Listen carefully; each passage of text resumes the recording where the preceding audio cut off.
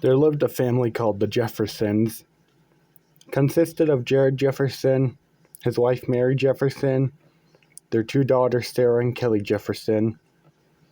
They had a 17-year-old son whose name was John, who was a little different from the rest of the family.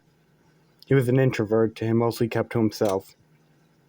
One day at school, John was sitting in his history class staring at his crush, who he was just too shy to talk to. "Dude, go talk to her." John looked over. It was his friend Chris. "Dude, I just can't, alright?" He replied. "Don't be a pussy and man up." But before John could respond, his history teacher, Mr. White, called John out. "Hey John, care to share what you're talking about?" John looked at him nervously. "No, sir." He went back to his work. Mr. White kept going on, though. "You're an idiot, John. You're failing my class. And you're going to spend the rest of your life flipping burgers." The whole class started laughing, even John's crush. Chris told the teacher, "People who flip burgers probably make more than teachers." Mr. White told him to stay after school. John looked at Chris, thanking him. When John got home, his parents said they were going out, so he was in charge until they got back. His two sisters were pretty chill, so he was okay doing it. Sarah was 13 and Kelly was 12. They mostly spent time in their rooms talking to their friends. John went to his room and looked up urban legends on his computer and watched horror videos. John loved horror, but the rest of his family wasn't into it. John then got a message on his phone from Jennifer, his crush. He got excited seeing that she was messaging him. She asked him if he could help her study for the history test coming up. John was puzzled.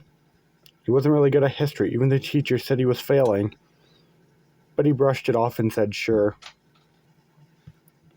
She said she wanted to meet at the coffee shop.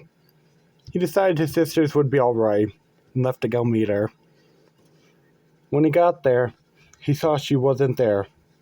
He texted her and she said to come out back. Now he was even more confused, so he went out back. When he went there, he didn't see anyone, so he called out, but before he could do anything else, he got jumped. It was by a group of kids from his school, Jack, Mike, Eric, and Robert. They were always going after John. "Did you actually think Jennifer would actually talk to a guy like you?" They proceeded to kick the shit out of John until a worker came out, and they took off, leaving John there. When John got back, his parents were already home and they were pretty mad. They grounded John for a week, but John didn't care anymore at this point. That night, John had a dream where he was holding a knife stabbing everyone who ever wronged him, and then said, "Another life ended by my hands." John woke up sweating. He looked around and realized it was a dream. That day at school, Chris asked John what happened, but John didn't want to talk about it and continued his art project. They had to make a mask. John was doing the one from his dream.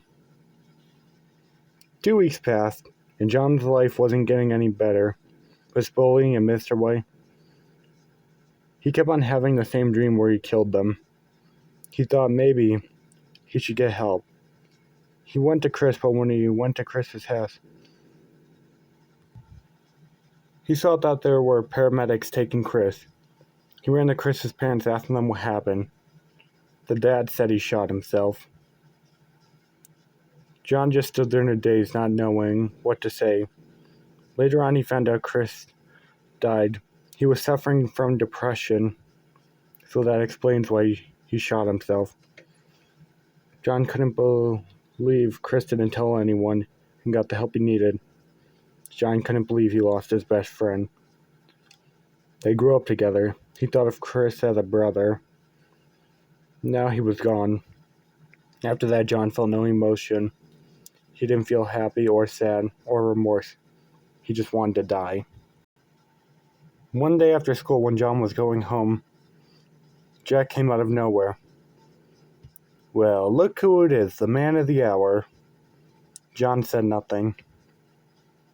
"Hey, retard, I'm talking to you." John looked at him, but before Jack could say anything, John struck him across the face. He fell over, his nose bleeding. "What the hell? You're gonna pay." But John grabbed a rock on the ground and started banging it over his face until he was dead. He then dragged his body deep into the woods, where he dumped gasoline on it and set it into flames. He then went back to school and snuck in to get his mask from the art room. He then went into Mr. White's room. He looked up. "Who the hell are you?" and got no reply. He went up to him and tried to remove the mask, but John pulled a knife out from his hoodie and stabbed him. He kept on doing it until Mr. White could scream no more. Another life ended by my hands. He then got the hell out of there and went back home. That night on the news, it talked about Mr. White being murdered and the burned corpse of Jack. John's parents were freaked out, saying whoever did this was a sick bastard. John didn't like hearing that, knowing they deserved it. That night while they were sleeping, John pulled his mask out from underneath his bed. He then grabbed a kitchen knife from downstairs. He went to Sarah's room, trying to be quiet, not to wake her. He stood over her bed, looking down at his sister. He slit her throat. While the blood drained from her neck, he said, "Another life ended by my hands." He then did the same to Kelly and went to his parents' room. He stood there watching them sleep. He stood over his mom and raised the knife up and started stabbing her. His father woke up, and when he saw it, he freaked out, jumping out of his bed. But before he can grab his gun, John sunk his knife into him and said, "Another life ended by my hands." His dad collapsed to the ground and died. John then went into the bathroom, pulled his mask off, and looked at himself in the mirror. Then he heard laughing. He looked around and saw no one. He then looked back to the mirror and saw Chris. "Look what you've become, John." John just replied, "I'm Blood John now." Then he started sewing the mask on to his face, showing no reaction to pain from it. He then went back into his parents' room and dipped his fingers into his parents' blood. He then rubbed the blood down the mask eye holes, looking as if he was crying. He then left the house and went into the woods, waiting for his next victim.